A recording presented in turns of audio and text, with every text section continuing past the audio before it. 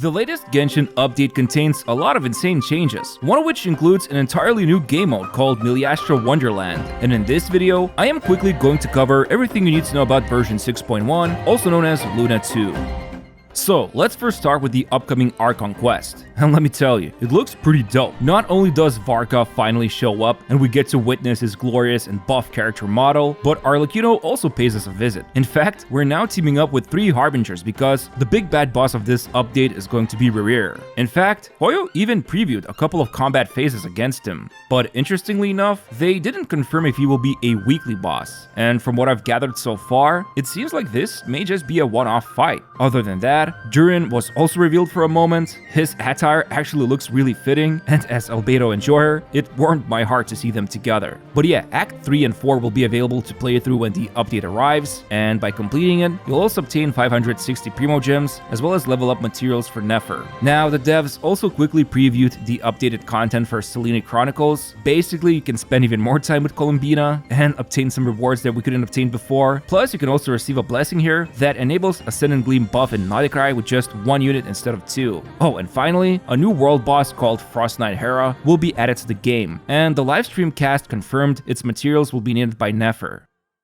Okay, so this is definitely going to be the chunkiest part of the video because a ton of new info was revealed about the upcoming UGC mode, also known as Miliastra Wonderland. Long story short, think of it like Roblox but for Genshin. Here you can join custom game modes created by the community or start creating those modes yourself, while at the same time, you can use your very own custom-made character to experience this gameplay mode.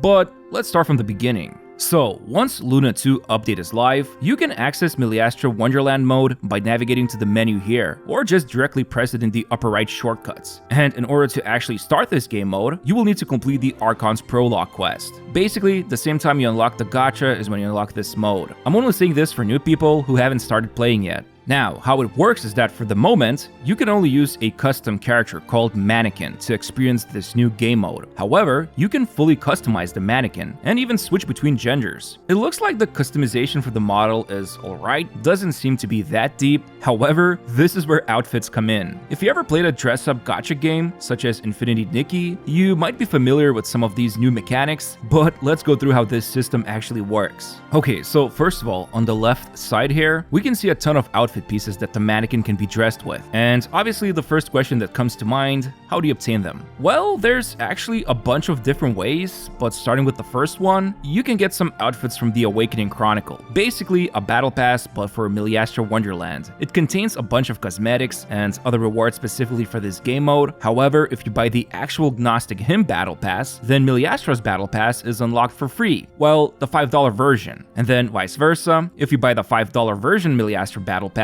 then the actual real battle pass we all know and love becomes $5 cheaper. In a nutshell, the devs are trying to say that you can double dip into both of these battle passes with just one purchase. Now, the second method is by crafting the outfits. I am using air quotes for the word crafting here because in reality, there is some crafting involved similar to how furnishings work in Genshin, but to craft the outfit items, you will need to pull for outfit blueprints from the standard Ode banner. You heard it right, there's Gacha for outfits. Not only that, there's also going to be a featured outfit banner, which is the third method of how you can obtain super exclusive outfits. And the first featured banner called Phantom Night Candlelight has this witch/wizard/spooky theme. These outfits specifically will be of 5-star rarity, I believe, while every 10 pull you make guarantees a 4-star outfit item you can get from one of these 3 elite sets. Anyways, so that's the gacha. But you can also just straight up buy outfit pieces from the in-game shop. Not sure if it's only possible to do it with real money, or you'll be able to use some kind of free-to-play currency, but if you have rich or generous friends, the devs did mention you can gift basically any outfit piece in this game to anyone in the friends list.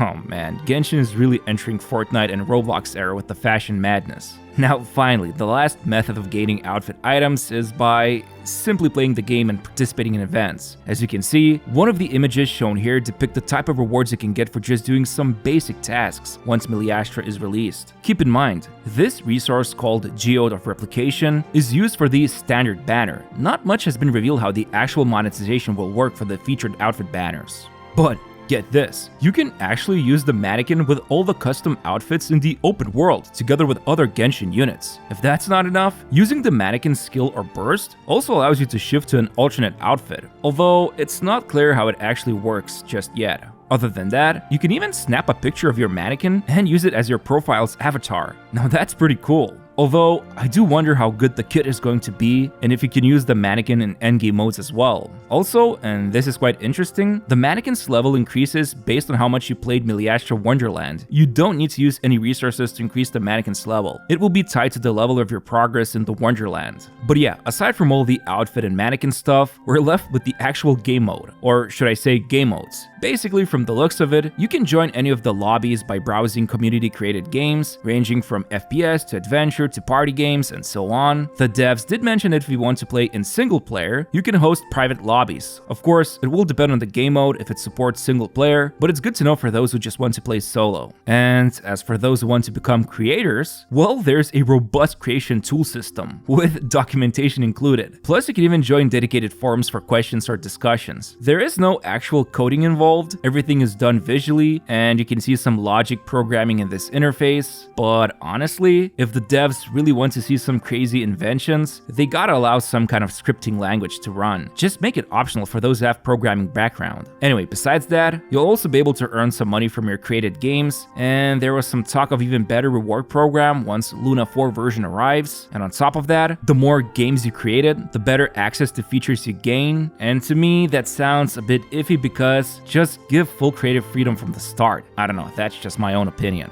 But yeah, that's pretty much it. The gameplay loop looks pretty clear by now. You go into this mode, you play with others or play solo, rate your experience to help creators out, earn some in-game rewards by completing tasks, spend money if you want to on costumes, or try to craft them as free to play. And then if you go outside this mode, you can still use the mannequin with all the custom outfits and even explore the open world. And of course, if you do decide to become a creator, there's a whole bunch of rewards including real-life money waiting for you, provided your game mode gains traction. So yeah, Roblox Genshin, here we come.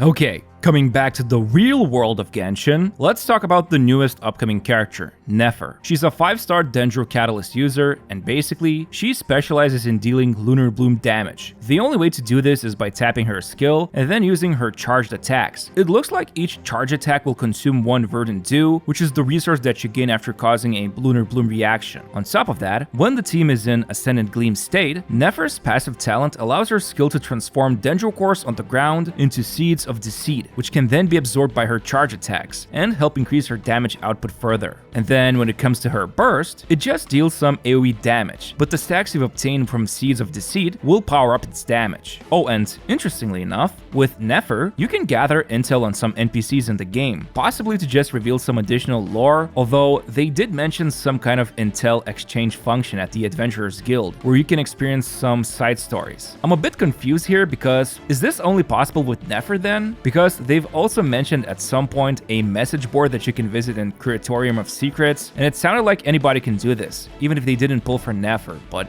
I guess we'll find out soon enough. Anyway, besides that, she can also be deployed to 20-hour expeditions and bring back more rewards. Finally, let's quickly go through the banners. In Phase 1, Nefer and Farina will be the featured 5 stars along with their signature weapons. However, and get this, the weapons banner will also contain 3 new 4-star weapons. And as we can see, Moonweaver's Dawn is on this banner. This is the same weapon that you could obtain 1 copy of from Naughty World Quest. And I'll be honest, I'm a bit annoyed here because I featured this weapon at fully refined strength in one of my videos, and I made that video using Creator Experience server. Nobody told me only 1 copy of it will be available from a quest, while the rest of copies need to be pulled from the banner. So I'm just as confused as you are, guys, if you're trying to figure out how to refine it. Anyway, moving over to the second phase, Arlecchino and Zhongli will be the featured 5 stars, and while they didn't confirm it yet, I'm assuming Arlecchino's signature will be on the weapons banner, which means Vortex Vanquisher is probably going to be the other 5-star weapon, so keep that in mind. And by that, I mean, you better hope you don't lose your 50-50 if you're pulling for Arlecchino's signature.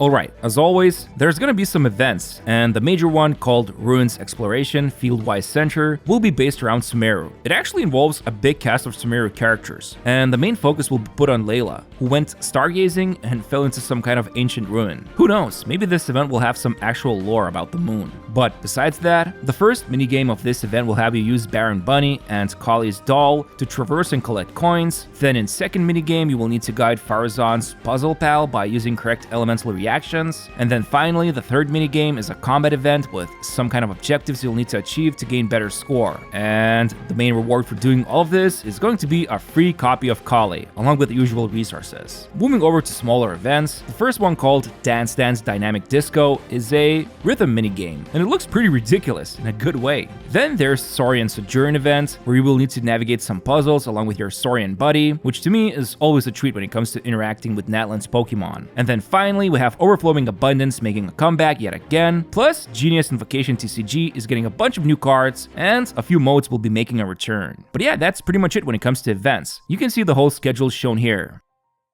Okay, so this time around, it's very unusual, but the devs didn't really share any quality of life changes. I mean, there was a quick mention that Nodikai's blacksmith can now show the nearest mining nodes, but that's it. I mean, I guess I could quickly cover the investment portfolio thing, where you could talk to this NPC and buy some kind of coupons, but it felt like a scam doing it every week. So in this upcoming update, you can actually investigate this whole situation and find out whether it's a scam, and you can even use Nefer to help out. Oh, and yeah, final tidbit of news. The first Nodikai OST album will be dropping soon, which is always something I look forward to listen on my Spotify. Anyway, hope you found this video useful. I will be releasing both Miliastra Wonderland and Nefer videos pretty soon, so be sure to subscribe to my channel because I'm gonna be working like a horse to get you those videos. Thanks for watching, and see you in the next video.